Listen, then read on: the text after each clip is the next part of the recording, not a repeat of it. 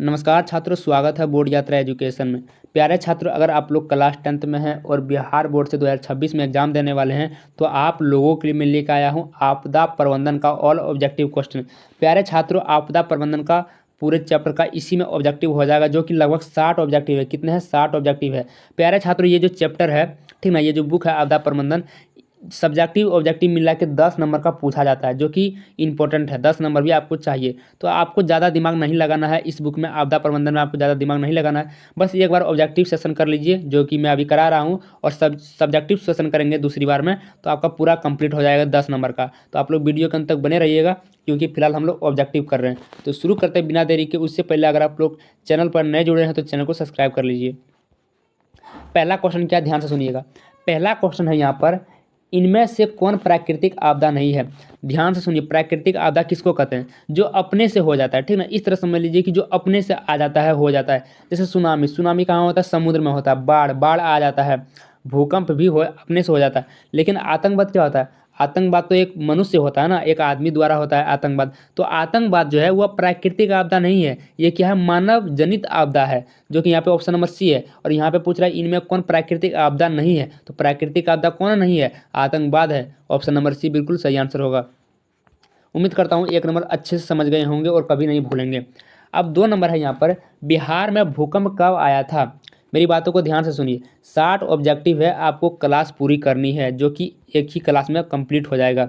अब यहाँ पे बोल रहा है बिहार में भूकंप कब आया था, ठीक ना, तो 1934 में आया था। देखिए, बिहार में भूकंप बहुत बार आया है, लेकिन जो सबसे ज़्यादा खतरनाक भूकंप था वह 1934 में आया था, इसीलिए यहाँ पे ऑप्शन नंबर ए बिल्कुल सही आंसर होगा। अब चलते हैं 3 नंबर की ओर। तीसरा नंबर है, भोपाल गैस त्रासदी किस प्रकार की आपदा थी? भोपाल गैस त्रासदी किस प्रकार की आपदा थी प्यारे छात्रों? तो ये मानव जनित आपदा थी। कैसी थी? मानव जनित आपदा, मानव के द्वारा ये आपदा हुई थी। तो ऑप्शन नंबर बी बिल्कुल सही आंसर होगा। अब चलते हैं 4 नंबर की ओर। चौथा नंबर है, सुनामी का प्रमुख कारण क्या है? देखिए, सुनामी का प्रमुख कारण यही है, अगर समुद्र में भूकंप आ जाए, ठीक ना, क्या समुद्र में भूकंप आ जाए तो उसको सुनामी कहते हैं। तो यहाँ पे ऑप्शन नंबर ए बिल्कुल सही आंसर होगा। 4 नंबर का क्या होगा?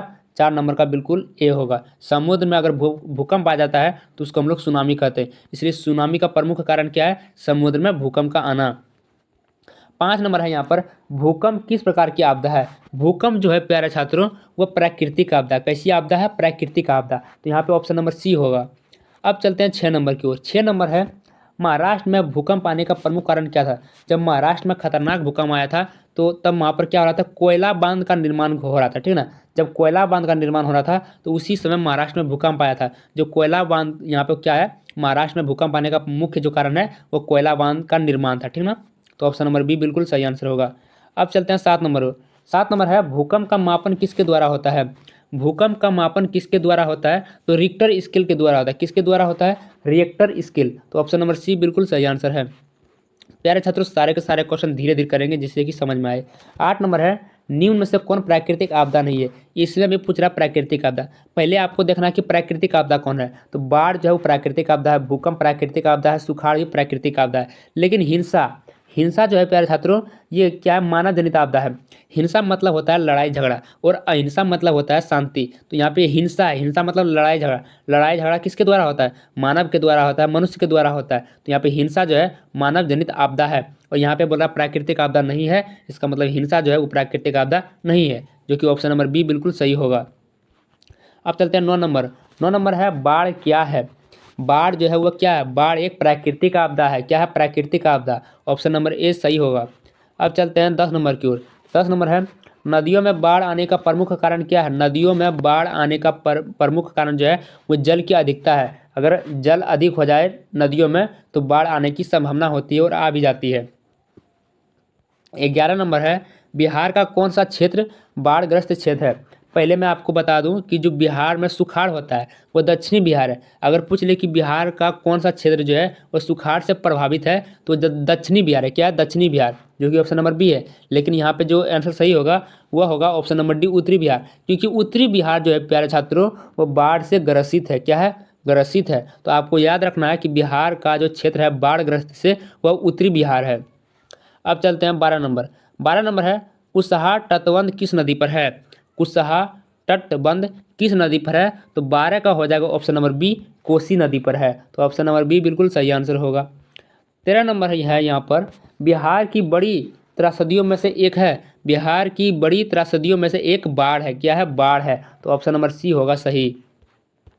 14 नंबर है यहाँ पर, भाखड़ा नांगल बांध किस नदी पर है, भाखड़ा नांगल बांध किस नदी पर है, तो आप सभी को पता है कि सतलज नदी पर भाखड़ा नांगल बांध जो है प्यारे छात्रों, वह सतलज नदी पर है। तो ऑप्शन नंबर डी बिल्कुल सही आंसर होगा। अब चलते हैं 15 नंबर की ओर। 15 नंबर बोल रहा है, पश्चिम बंगाल में बाढ़ की विशिका वाली कौन नदी है। 15 नंबर ध्यान से सुनिएगा। 15 नंबर बोल रहा है, पश्चिम बंगाल में बाढ़ की विशिका वाली कौन नदी है, तो दामोदर है। 15 नंबर का क्या हो जाएगा, दामोदर नदी है, ठीक ना। ऑप्शन नंबर ए बिल्कुल सही आंसर होगा। यहाँ पे पश्चिम बंगाल में बाढ़ की विनाशकारी वाली कौन नदी है, ये होना चाहिए था, ठीक ना, लेकिन कोई बात नहीं, आंसर सही है, दामोदर। 16 नंबर है यहाँ पर, सतलज नदी पर कृत्रिम जलाशय बनाया गया है, सतलज नदी पर कृत्रिम जलाशय बनाया गया है। तो 16 का हो जाएगा ऑप्शन नंबर सी, गोविंद सागर, ठीक ना, क्या होगा, गोविंद सागर। अब चलते हैं 17 नंबर की ओर। 17 नंबर है, निम्नलिखित में से किस नदी को बिहार का शोक कहा जाता है। आप सभी को पता है कि बिहार का जो शोक होता है वह कोसी नदी है। यहाँ पे ऑप्शन नंबर सी होगा, क्या होगा, सी होगा, जो कि बिल्कुल सही आंसर है। 18 नंबर की ओर चलते हैं। 18 नंबर क्या है, सुखाड़ किस प्रकार की आपदा है। क्या बोल रहा है, सुखाड़ किस प्रकार की आपदा है। जो बाढ़ है प्यारे छात्रों, वह प्राकृतिक आपदा है, तो सुखाड़ क्या होगा, ये भी प्राकृतिक आपदा होगा, जो कि यहाँ पे ऑप्शन नंबर ए बिल्कुल सही आंसर है, 18 का ए होगा। मुझे लगता है कि आपको एक बार में ही क्वेश्चन आपको याद हो जाएगा, हो जाता होगा, क्योंकि ज़्यादा हार्ड क्वेश्चन है नहीं, ठीक ना। आपदा प्रबंधन से ज़्यादा हार्ड क्वेश्चन जो है आता ही नहीं है। आपको एक दो क्वेश्चन समझ में ना आए, बाकी बात सब आएगा। पूरा वीडियो देखिएगा, जिससे कि यहाँ पे आपको मजबूती मिले। लगभग 60 ऑब्जेक्टिव है, ठीक ना। यहाँ पे क्या बोल रहा है, सूखे के लिए जिम्मेवार कारक है। देखिए, अगर वर्षा की कमी होगी, ठीक ना, क्या होगी, वर्षा की कमी होगी, तो सूखे का जिम्मेवार भी वर्षा ही होगी, ठीक ना। वर्षा अगर अधिक होगी तो सूखा नहीं रहेगा। चलते हैं 20 नंबर। 20 नंबर है यहाँ पर, सूखे से बचाव का एक प्रमुख तरीका है। देखिए, अगर सूखा से बचाव करना है ज़मीन को, तो उसके लिए एक तरीका है, तो वह तरीका क्या है। देखिए, अगर आप लोग क्या करेंगे, वर्षा जल संग्रह, अगर जब बारिश होती है, ठीक ना, क्या होती है, बारिश होती है, अगर आप लोग कहीं पर तालाब बना के, ठीक ना, तालाब बना के उसमें वर्षा जल संग्रह करेंगे, वर्षा के पानी को इकट्ठा करके तालाब में रख देंगे, तो क्या होगा, वर्षा जल संग्रह होगा, जिससे कि बाद में खेतों में पानी दे सकते हैं तालाब से। तो ऑप्शन नंबर ए बिल्कुल सही आंसर होगा, वर्षा जल संग्रह करना। 21 नंबर है यहाँ पर, कृषि सुखाड़ होता है, कृषि सुखाड़ होता है तो जल के अभाव में होता है। क्या होता है, जल के अभाव में, जो कि यहाँ पे ऑप्शन नंबर ए है। अब चलते हैं 22 नंबर। 22 नंबर है, बाढ़ से सबसे अधिक हानि होती है, बाढ़ से सबसे अधिक हानि किसको होती है प्यारे छात्रों, फसलों को, पशुओं की, भवनों को, या उपयुक्त सभी। तो आप लोगों ने देखा होगा कि जब बाढ़ आया था बिहार में, तो एक था, मैं बता देता हूँ उस गांव का नाम, जौनिया गांव, आप लोगों ने सुना होगा, ठीक ना। यही 2025 में आया था। कब आया था, 2025 में ही बाढ़ आया था, आप लोगों ने सुना होगा। तो वो क्या हुआ था, पूरा जो है गांव गंगा जी में समा गया था। तो वो क्या हुआ था, फसलों का भी बर्बाद हुआ था, पशुओं का भी रहने का जगह नहीं मिला, जितना भवन थे, घर थे, सारा का सारा नदी में चला गया। तो क्या होगा, बाढ़ से सभी का हानि होता है। तो यहाँ पे ऑप्शन नंबर डी क्या होगा, बिल्कुल सही आंसर होगा। 23 नंबर है यहाँ पर, भूकंप से पृथ्वी की सतह पर पहुँचने वाली सबसे पहली तरंग को किस नाम से जाना जाता है। क्या बोल रहा है, भूकंप से पृथ्वी की सतह पर पहुँचने वाली सबसे पहली तरंगों को किस नाम से जाना जाता है। तो पी तरंग के नाम से जाना जाता है, जो कि ऑप्शन नंबर ए है। क्या है, ए, आपको याद रखना है। अब चलते हैं 24 नंबर। 24 नंबर है, भूकंप केंद्र के ऊर्ध्वाधर पृथ्वी पर स्थिति केंद्र को क्या कहा जाता है। मेरी बातों को ध्यान से सुनिए, क्या बोला है, भूकंप केंद्र के ऊर्ध्वाधर पृथ्वी पर स्थिति केंद्र को क्या कहा जाता है। तो अधिक केंद्र कहा जाता है। क्या कहा जाता है, अधिक केंद्र। तो ऑप्शन नंबर क्या होगा, बी होगा। 25 नंबर है, भूपटल, ठीक ना, भूपटल के नीचे का वह स्थल जहां भूकंप का जन्म होता है, क्या कहा जाता है। भूपटल के नीचे का वह स्थल जहां भूकंप का जन्म होता है, उसे हम लोग क्या कहते हैं, तो उसे हम लोग भूकंप केंद्र कहते हैं। क्या कहते हैं, भूकंप केंद्र, जो कि ऑप्शन नंबर ए है। 26 नंबर है, इनमें से कौन सा भूकंपीय तरंग नहीं है। PLS यानी कि P तरंग, L तरंग, S तरंग, O तरंग जो भी है, इसमें जो है भूकंपीय तरंग नहीं है। तो वो कौन है जो भूकंपीय तरंग नहीं है? तो वह O तरंग है। क्या है? O तरंग। O तरंग जो है वो भूकंपीय तरंग नहीं है। बाकी बात P तरंग, L तरंग, S तरंग जो है भूकंपीय तरंग है। तो आपको याद रखना है। अब चलते हैं 27 नंबर। 27 नंबर है, भारत को कितने भूकंपीय क्षेत्र में बांटा गया है? देखिए ये आसान है। भारत में जो है, भारत को कितने भूकंपीय क्षेत्र में बांटा गया है? तो 27 का आ जाएगा ऑप्शन नंबर ए, 4 भागों में बांटा गया है। ठीक ना। अब चलते हैं 28 नंबर। 28 नंबर है, सुनामी किस स्थान पर आता है? सुनामी किस स्थान पर आता है? तो समुद्र को, ठीक ना, यानी समुद्र के स्थानों पर आता है, जो कि ऑप्शन नंबर बी होगा। क्या होगा? बी होगा, ऑप्शन नंबर बी। जहाँ पे समुद्र होता है ज़्यादातर वहाँ पे सुनामी आती है। ज़्यादातर क्या, सुनामी जो होती है वो समुद्र में ही आती है। 30 नंबर है, निम्नलिखित में से सुनामी का मुख्य कारण क्या है? देखिए सुनामी का मुख्य कारण पूछ रहा है, तो 30 का हो जाएगा ऑप्शन नंबर ए। जब समुद्र में भूकंप आता है, क्या होता है? जब समुद्र में भूकंप आता है तो सुनामी आती है, तो ऑप्शन नंबर ए होगा, समुद्री भूकंप। 31 नंबर है यहाँ पर, महासागर के तली पर होने वाले कंपन को किस नाम से जाना जाता है? क्या बोल रहा है? महासागर के तली पर होने वाले कंपन को किस नाम से जाना जाता है? तो 31 का जो है सही आंसर है वो हो जाएगा सुनामी। क्या होगा? सुनामी। ऑप्शन नंबर सी बिल्कुल सही आंसर होगा। प्यारे छात्रों 31 क्वेश्चन हो गए हैं। कितने हो गए? 31 क्वेश्चन हो गए हैं। अगर आप लोग अभी तक जुड़े हुए हैं और पूरी क्लास करना चाहते हैं तो अगर आप लोग सब्सक्राइब नहीं किए हैं तो कर लीजिए, क्योंकि आप लोगों के एग्जाम था, ठीक ना, एग्जाम तक आप लोगों के मैं साथ हूँ।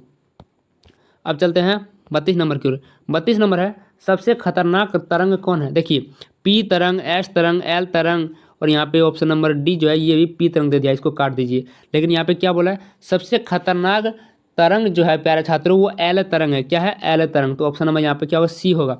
सबसे खतरनाक तरंग कौन होता है? एल तरंग होता है। 33 नंबर है यहाँ पर, बस्ती मकान में आग लगने की स्थिति में क्या करना चाहिए? अगर किसी घर में आग लग जाए, ठीक ना, किसी शहर में, किसी घर में, किसी के मकान में मतलब आग लग जाए, तो उस स्थिति में हम लोगों को क्या करना चाहिए? तो उस स्थिति में हम लोगों को अग्निशामक यंत्र को बुलाना चाहिए, ठीक ना। क्या, किसको बुलाना चाहिए? अग्निशामक यंत्र को। जैसे मान लीजिए किसी का तबीयत खराब होता है, ज़्यादा सीरियस खराब होता है, तो क्या करते हैं? एम्बुलेंस को बुलाते हैं। उसी तरह किसी घर में अगर आग लग जाए तो हम लोग अग्निशामक यंत्र को बुलाते हैं, ठीक ना। ऑप्शन नंबर ए बिल्कुल सही आंसर हो जाएगा 33 नंबर का। अब चलते हैं 34 नंबर। 34 नंबर है, बाढ़ के समय, ठीक ना, बाढ़ के समय निम्नलिखित में से किस स्थान पर जाना चाहिए? जब अगर बाढ़ आ जाए आपके गांव में, आपके शहर में, तो उस समय हम लोगों को किस स्थान पर जाना चाहिए? गांव के बाहर, ऊंची भूमि वाले स्थान पर, जहां है उसी स्थान पर रहना चाहिए, जो कि यहाँ पे सी नंबर थोड़ा सा गलत लिखा गया है। और डी नंबर है खेतों में। अगर बाढ़ आ जाए तो आप लोगों को क्या करना है? आप लोगों को ऊंची भूमि वाले स्थान पर जाना है, ठीक ना, जहाँ पर ऊंचा है वहाँ पे जाना है, यानी कि ऊंची स्थान पर जाना है। ऑप्शन नंबर बी बिल्कुल सही आंसर होगा। 35 नंबर है यहाँ पर, मलबे के नीचे दबे हुए लोगों का पता लगाने के लिए किस यंत्र की मदद ली जाती है? अगर मलबे के नीचे दबे हुए लोगों को पता कर लगाना है तो किस यंत्र का मदद लेना है हम लोगों को? तो इंफ्रारेड कैमरा, ठीक ना, इंफ्रारेड कैमरा की मदद लेना है, जिससे कि मलबे के नीचे हुए दबे लोगों को पता लग जाता है। 36 नंबर है यहाँ पर, आग से जलने की स्थिति में जले हुए स्थान पर क्या प्राथमिक उपचार करना चाहिए? 36 नंबर क्या है यहाँ पर, आग से जलने की स्थिति में जले हुए स्थान पर क्या प्राथमिक उपचार करना चाहिए? तो 36 नंबर का सही आंसर हो जाएगा ऑप्शन नंबर ए, ठंडा पानी डालना, ठीक ना, ठंडा पानी डालना। तो ऑप्शन नंबर ए बिल्कुल सही आंसर होगा। अब चलते हैं यहाँ पर 37 नंबर। 37 नंबर है, संचार का सबसे लोकप्रिय साधन है। संचार का जो सबसे लोकप्रिय साधन हो गया है प्यारे छात्रों, वो हो गया है मोबाइल। आप लोग अभी किससे पढ़ रहे हैं? मोबाइल से पढ़ रहे हैं। क्लास कर लेंगे, क्या करेंगे? रील देखेंगे। तो संचार का सबसे लोकप्रिय साधन क्या हो गया? मोबाइल हो गया है। यहाँ पे ऑप्शन नंबर बी बिल्कुल सही आंसर होगा, ठीक ना, सही आंसर हो मोबाइल होगा। अब चलते हैं 38 नंबर। 38 नंबर है यहाँ पे, वैकल्पिक संचार साधन इनमें से कौन नहीं है? 38 नंबर, मेरी बातों को ध्यान से सुनिए, क्या बोल रहा है? वैकल्पिक संचार साधन इनमें से कौन नहीं है? तो 38 का हो जाएगा ऑप्शन नंबर डी, अंतरिक्ष। क्या है? अंतरिक्ष। बाकी बात सब है, रेडियो संचार है, हैम रेडियो है, उपग्रह संचार है, लेकिन अंतरिक्ष जो है वो वैकल्पिक संचार साधन नहीं है। 39 नंबर है, इनमें से कौन सा प्राकृतिक आपदा नहीं है? आप लोग देख के बता सकते हैं। प्यारे छात्रों, अगर आप लोग अभी तक क्लास कर रहे हैं तो 39 नंबर का आपको कमेंट में बताना है क्या होगा, क्योंकि ये क्वेश्चन जो है रिपीटेड है। 40 नंबर है यहाँ पर। 39 नंबर जब आप लोग कमेंट करेंगे तो वहाँ पर लिख दीजिएगा 39 का ए, 39 का बी, 39 का सी, जो भी आंसर होगा, ठीक ना। 40 नंबर है यहाँ पर। सुदूर संवेदी उपग्रह यानी कि रिमोट सेंसिंग उपग्रह का प्रयोग किस लिए होता है? तो 40 का जवाब ऑप्शन नंबर डी, जो कि यहाँ पे मैं पढ़ के बताता हूँ। और दूर संचार के लिए भी होता है, मौसम विज्ञान के लिए भी होता है, संसाधनों की खोज के लिए भी होता है। इसका मतलब ऑप्शन नंबर डी बिल्कुल सही आंसर होगा। इन यानी कि इन तीनों का होगा, ठीक ना, ये तीनों होगा। 41 नंबर ध्यान से सुनिएगा, ये इंपॉर्टेंट है। 39 नंबर बोल रहा है, सॉरी 41 नंबर बोल रहा है, भारत में कितने प्रतिशत भूमि भूकंप प्रभावित है? 41 नंबर क्या बोल रहा है, भारत में कितने प्रतिशत भूमि भूकंप प्रभावित है? तो 41 का सही आंसर हो जाएगा 56% जो है प्यारे छात्रों, वो भूकंप से प्रभावित रहता है हमारा भारत। 42 नंबर है, वर्तमान में सबसे अधिक उपयोग देने वाला संसाधन कौन सा है? वर्तमान में सबसे अधिक उपयोग देने वाला साधन कौन सा है? तो 42 का सही आंसर जो है प्यारे छात्रों वो मोबाइल है। क्या है? मोबाइल। ऑप्शन नंबर सी बिल्कुल सही आंसर होगा। आप लोग वर्तमान में यानी कि अभी आप लोग क्या कर रहे हैं, मोबाइल से ही पढ़ाई कर रहे हैं। 43 नंबर है, सामान्य संचार व्यवस्था के बाधित होने का मुख्य कारण क्या है? सामान्य संचार व्यवस्था के बाधित होने का मुख्य कारण क्या है? तो 43 का सही आंसर होगा ऑप्शन नंबर ए, केबल का टूट जाना, ठीक ना, केबल का टूट जाना। तो ऑप्शन नंबर ए बिल्कुल सही आंसर होगा। एक दो क्वेश्चन आपको समझ में ना आए तो कोई बात नहीं, लेकिन सारा का सारा समझ में आएगा, ये मेरी गारंटी है।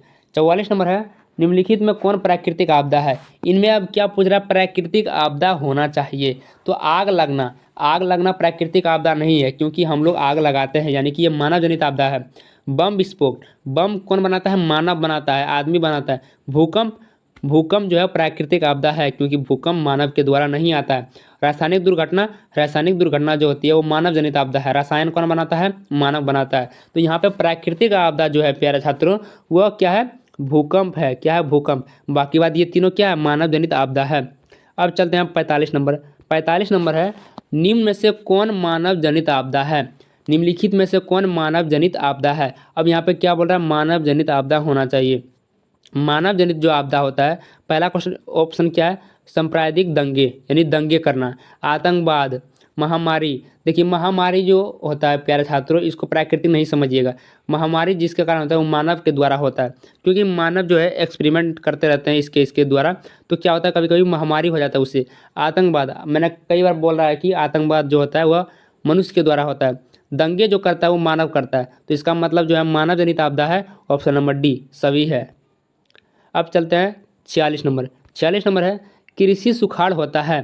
कृषि सुखाड़ होता है, ये भी क्वेश्चन रिपीटेड है, तो जल के अभाव में। तो ऑप्शन नंबर ए बिल्कुल सही आंसर होगा। 47 नंबर है यहाँ पर, बाढ़ से सबसे अधिक हानि होती है। बाढ़ से सबसे अधिक हानि किसको होती है? ये भी क्वेश्चन रिपीटेड है, तो इस 47 का भी आपको कमेंट में बताना है। 48 नंबर है यहाँ पर, सुनामी प्रभावित क्षेत्र में मकानों का निर्माण कहाँ करना चाहिए? सुनामी प्रभावित क्षेत्रों में मकानों का निर्माण कहाँ करना चाहिए? तो 48 का सही आंसर हो जाएगा समुद्र तट से दूर ऊंचाई पर, ठीक ना, समुद्र तट से दूर ऊंचाई पर। जहाँ सुनामी आती है वहाँ पर नहीं करना चाहिए, बाकी बात उससे दूर कहीं ऊंचाई पर करना चाहिए अपने घर का निर्माण। अब चलते हैं 49 नंबर। 49 नंबर है, भूस्खलन वाले क्षेत्र में ढलान पर मकानों का निर्माण क्या है? क्या बोल रहा है? भूस्खलन वाले क्षेत्र में ढलान पर मकानों का निर्माण क्या है? तो 49 का जो सही होगा उचित, अनुचित, लाभकारी, उपयोगी। यानी भूस्खलन क्षेत्र में, ठीक ना, वो ढलान है, उस पर मकानों का निर्माण जो है वो सही है या गलत? तो वह गलत है प्यारे छात्रों, ठीक ना। तो यहाँ पे अनुचित हो जाएगा, ठीक ना, उचित नहीं होगा, अनुचित हो जाएगा, जो कि ऑप्शन नंबर बी सही आंसर होगा। कुछ क्वेश्चन और बचे हैं प्यारे छात्रों, पूरा देख लीजिए। 50 नंबर है, रिंग बांध किसके लिए उपयोगी होता है? रिंग बांध जो होता है प्यारे छात्रों वह बांध बाढ़ के लिए उपयोगी होता है। किसके लिए उपयोगी होता है? बाढ़ के लिए। तो ऑप्शन नंबर सी बिल्कुल सही आंसर होगा। 51 नंबर है, भूकंप संभावित क्षेत्रों में भवनों की आकृति कैसी होनी चाहिए? 51 नंबर क्या बोल रहा है? भूकंप संभावित क्षेत्रों में भवनों की आकृति कैसी होनी चाहिए? तो 51 का जाएगा ऑप्शन नंबर डी आयताकार। कैसी होनी चाहिए? आयताकार। आयताकार हर लोगों को घर बनाना चाहिए। अब चलते हैं 52 नंबर। 52 नंबर है, सुना मीटर द्वारा समुद्र तल में क्या नापते हैं? ठीक ना। क्या बोल रहा है, सुनामीटर द्वारा समुद्र तल में क्या नापते हैं, तो सुनामी नापते हैं। क्या नापते हैं, सुनामी नापते हैं, जो कि ऑप्शन नंबर डी है। अब चलते हैं 53 नंबर है, आपदा प्रबंधन किसे कहते हैं। आपदा प्रबंधन किसे कहते हैं, तो आप सभी को पता है कि आपदा प्रबंधन जो होता है, यहाँ पे ऑप्शन नंबर सी हो जाएगा। आपको ज़्यादा ये क्वेश्चन नहीं पूछ सकता, ठीक ना। आपदा प्रबंधन किसे कहते हैं ये क्वेश्चन नहीं पूछेगा, आपको टेंशन नहीं लेना है। फिर भी मैं बता देता हूँ, इसका ऑप्शन जो है सी होगा। अब सी में क्या लिखा है, सी में लिखा है प्राकृतिक आपदाओं के दुष्परिणामों को कम करने का उपाय किया जाना आपदा प्रबंधन कहलाता है। सिंपल सी बात है। अब 54 नंबर क्या है, बिहार में कितनी जमीन पर बहुउद्देशीय सामुदायिक भवन निर्माण की योजना है। तो 54 का सही आंसर हो जाएगा ऑप्शन नंबर ए, 4000 वर्ग मीटर, ठीक ना, 4000 वर्ग मीटर। तो ऑप्शन नंबर ए बिल्कुल सही आंसर होगा। सॉरी, 4000 वर्ग फीट, 4000 वर्ग फीट, ठीक ना। तो ऑप्शन नंबर ए बिल्कुल सही आंसर होगा। अब यहाँ पे है 55 नंबर क्या बोल रहा है, आपदा के समय कौन सी समस्या संचार में बाधक होती है। आपदा के समय कौन सी समस्या संचार में बाधक होती है, तो 55 नंबर का सही आंसर हो जाएगा ऑप्शन नंबर ए, मोबाइल टावरों तथा ट्रांसमिशन टावरों का टूटना, ठीक ना, जो कि आपदा के समय ये काफ़ी समस्या है। ऑप्शन नंबर ए बिल्कुल सही आंसर होगा। कुछ क्वेश्चन और बचे हैं, 2-3 क्वेश्चन और हैं, देख लीजिए। आपदा प्रबंधन का प्रमुख घटक कौन है। आपदा प्रबंधन का प्रमुख घटक कौन है प्यारे छात्रों, तो 56 का राइट आंसर हो जाएगा ऑप्शन नंबर जो यहाँ पर देख लीजिए, स्थानीय प्रशासन, स्वयं क्या यहाँ पे स्वयं सेवी संगठन, गांव मोहल्ले के लोग। आपदा प्रबंधन का प्रमुख घटक जो है प्यारे छात्रों, ये सभी है, ठीक ना, तो आपको याद रखना है। 57 नंबर क्या है, देख लीजिए। 57 नंबर और 58 नंबर, 2 क्वेश्चन और बचे हैं। 57 नंबर है, प्राकृतिक आपदा किसे कहते हैं। अब यहाँ पे क्या पूछ रहा है, प्राकृतिक आपदा किसे कहते हैं, निम्नलिखित विकल्पों में कौन सबसे अधिक सही माना जाता है। यानी कि बोल रहा है ये 4 जो है, ये 4 प्राकृतिक आपदा कहते हैं, चारों को प्राकृतिक आपदा कहते हैं। लेकिन जो जब से सबसे ज़्यादा सही है वो कौन सही है, तो मैं बता देता हूँ, जो सबसे ज़्यादा सही है वो है ऑप्शन नंबर सी, जो है धन जन को व्यापक हानि पहुँचाने वाली आकस्मिक दुर्घटना, ठीक ना, दुर्घटना बोल रहा है। अब पहला क्वेश्चन क्या, सूरज का ताप अधिक प्राप्त होना, ये भी प्राकृतिक आपदा है, लेकिन ये थोड़ा सा कम है, उतना सही नहीं है। घनी वृष्टि होना, ये भी थोड़ा उतना सही नहीं है। नदी का बांध टूटना, ये भी प्राकृतिक आपदा है, लेकिन पूरा सही नहीं है। पूरा सही क्या होना चाहिए, धन जन को व्यापक हानि पहुंचाने वाली आकस्मिक दुर्घटना। लास्ट क्वेश्चन बचा है प्यारे छात्रों, लास्ट क्वेश्चन, इसको देख लीजिए। अब यहाँ पे क्या बोल रहा है, दक्षिण पूर्व एशिया, ठीक ना, दक्षिण पूर्व एशिया के देशों में 26 दिसंबर 2004 की कौन सा आपदा आया। 26 दिसंबर 2004 की कौन सा आपदा आया, तो 58 नंबर का हो जाएगा सुनामी। क्या हो जाएगा, सुनामी। प्यारे छात्रों, ये बहुत बड़ा सुनामी था। 26 दिसंबर 2004 को इस तरह भी पूछ सकता है, क्या पूछ सकता है कि 26 दिसंबर 2004 को कौन सा आपदा आया था, सुनामी। प्यारे छात्रों, ये क्वेश्चन जो है इंपॉर्टेंट है, लास्ट वाला जो है इंपॉर्टेंट है। प्यारे छात्रों, अगर आप लोग अभी तक बने हुए हैं तो आप लोग को तहे दिल से धन्यवाद। प्यारे छात्रों, इसी तरह बनते रहिए हर क्लास में, और सब्जेक्टिव 20 का जल्दी ही लाएंगे। तो जुड़े रहिए बोर्ड यात्रा एजुकेशन के साथ, सब्सक्राइब कर लीजिए। धन्यवाद।